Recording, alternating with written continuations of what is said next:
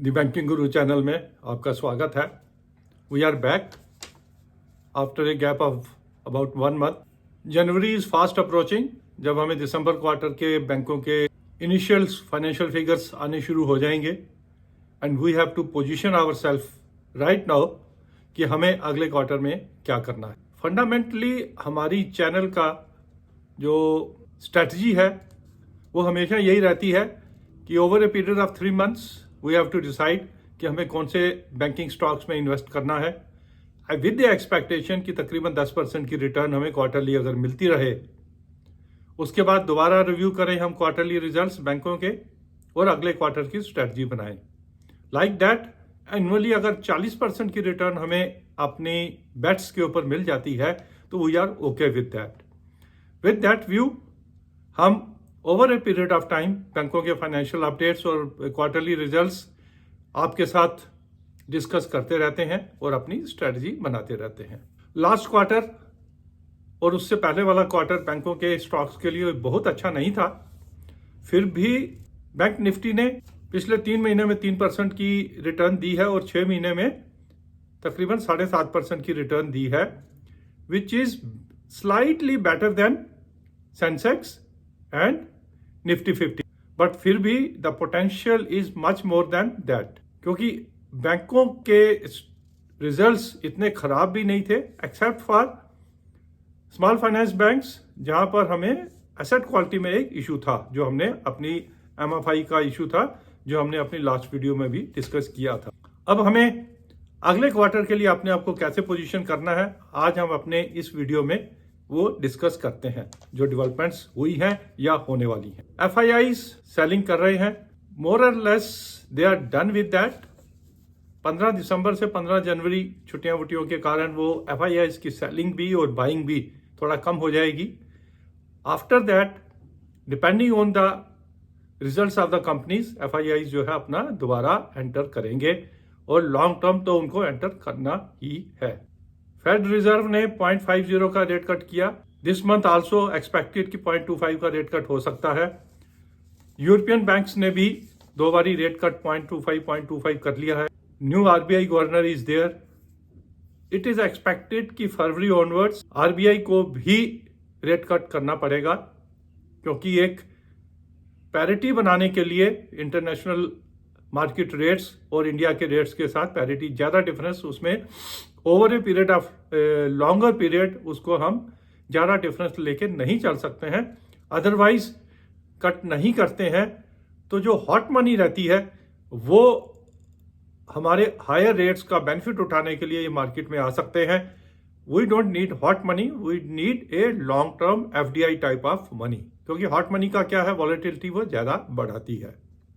इसलिए this is expected कि फरवरी ऑनवर्ड्स हमारी रेट कट की साइकिल शुरू होनी चाहिए, और जब भी रेट कट की साइकिल शुरू होगी या होती है तो ये बैंकों के लिए बेनिफिशियल ही होता है। सेंटिमेंटल बेनिफिशियल तो अभी से शुरू हो जाएगा, उसकी रेट कट्स की जब बातें शुरू हो जाएंगी। That is the one view on the rate cuts. Recently last policy में रिजर्व बैंक ऑफ इंडिया ने CRR कट किया 0.50 लिक्विडिटी बढ़ाने के लिए। 1,16,000 करोड़ मार्केट में रिलीज हुआ जो अदरवाइज RBI के पास पड़ा रहता है। उसके 2-3 तरह के इम्पैक्ट। 1,16,000 करोड़ जब बैंकों को मोर फंडेबल अवेलेबल हो जाते हैं तो वो लैंड मोर कर सकते हैं और उसका बेनिफिट उनको मिलता है। सेकेंडली CRR के ऊपर रिजर्व बैंक ऑफ इंडिया कोई इंटरेस्ट नहीं देता है। अगर ये भी मान के चलें कि now the banks will be able to deploy this 1,16,000 crore at the rate of 9%, जो मोर और लेस होम लोन्स का रेट है, तो 10,000 करोड़ का उनको प्रॉफिट जो है एनुअली उसके ऊपर मिल सकता है। इसमें से major portion State Bank of India का है, तकरीबन 25%। तो ये भी CRR जो है जो कट किया गया, ये 2-3 तरह से बैंकों के लिए बेनिफिशियल है और आगे भी रहेगा। अक्टूबर से लेकर मार्च तक हम बिजी सीजन कहते हैं, जिसमें डिमांड फॉर क्रेडिट बढ़ जाती है और जिन बैंकों की लिक्विडिटी अच्छी है, जिनके पास फंड्स हैं, वो डिप्लॉय करके अच्छे रेट्स पे डिप्लॉय करके अपनी प्रॉफिटेबिलिटी बढ़ाएंगे अक्टूबर से लेके मार्च तक, और अकॉर्डिंगली उनके operating level as well as the net level results उनके अच्छे इंप्रूव होके आएंगे। थोड़ा सा जीडीपी ग्रोथ पे, इंडियन इकोनॉमी पे कम हुआ है, नेगेटिव नहीं हुआ है, थोड़ा सा रेट कम हुआ है जो एक्सपेक्टेड है। अक्टूबर से मार्च में फिर दोबारा हम उसी 6.57 के लेवल पे हम जा सकते हैं।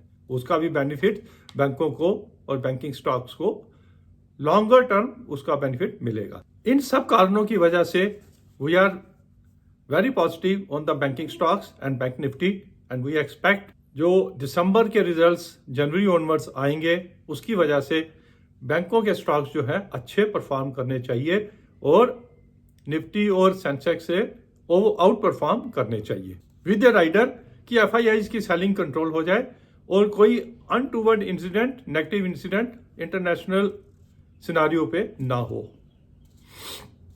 If that be the case, now the next question is कि हमें कहाँ इन्वेस्ट करना है, कौन से स्टॉक्स में इन्वेस्ट करना है, क्योंकि कुछ स्टॉक्स इवन बैंकिंग सेक्टर में भी कुछ अच्छे चले हैं, कुछ बिल्कुल नहीं चले हैं।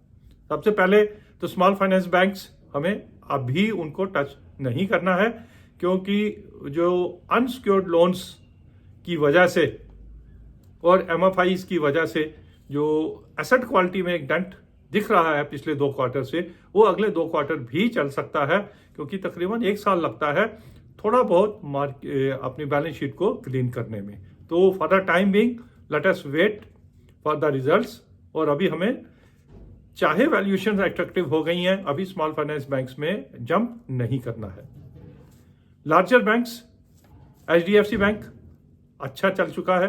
3 महीने में एचडीएफसी बैंक ने 12% की रिटर्न दी है और अगर प्राइस अर्निंग देखें तो 20 की पीई पे है। उसके मुकाबले में आईसीआईसीआई बैंक 7.56 चढ़ा है और प्राइस अर्निंग उसकी 19 की है। एक्सिस बैंक नेगेटिव रिटर्न है 3 महीने में 5% की और प्राइस अर्निंग भी उनकी 12 की है। कोटक की नेगेटिव रिटर्न्स है और पीई भी उनकी 16 की है। अगर इन 4-5 बैंकों को कंपेयर करें तो इसमें से हमें एक्सिस बैंक दिखता है जिसने नेगेटिव रिटर्न दी हैं और पीई भी कम है। अगर रीजनेबली ओके रिजल्ट आते हैं तो इस एक्सिस बैंक में अच्छी रिटर्न्स हमें मिल सकती हैं। एसबीआई भी तकरीबन 9% चल चुका है और प्राइस अर्निंग 10.75 पे है। अभी इसमें स्कोप है, एसबीआई 1000 तक जाने की क्षमता रखता है over a period of a year. दूसरे 2-3 बैंक अगर देखें, पीएनबी, कैनरा बैंक, पीएनबी ने नेगेटिव रिटर्न दी है 3% की और प्राइस अर्निंग 8.56 और कैनरा बैंक ने मात्र 0.18% की रिटर्न दी है और पीई भी उनकी 6 की है। फेडरल बैंक ने 14% की रिटर्न दी है और प्राइस अर्निंग अब 12-13 की उनकी हो गई है। अगर इन 2-3 बैंकों को कंपेयर करें तो पीएनबी और कैनरा बैंक एक फेवरेबल बनते हैं। इंडसइंड बैंक डार्क हॉर्स हो सकता है, नेगेटिव रिटर्न 32% और पीई भी उनकी 9.43।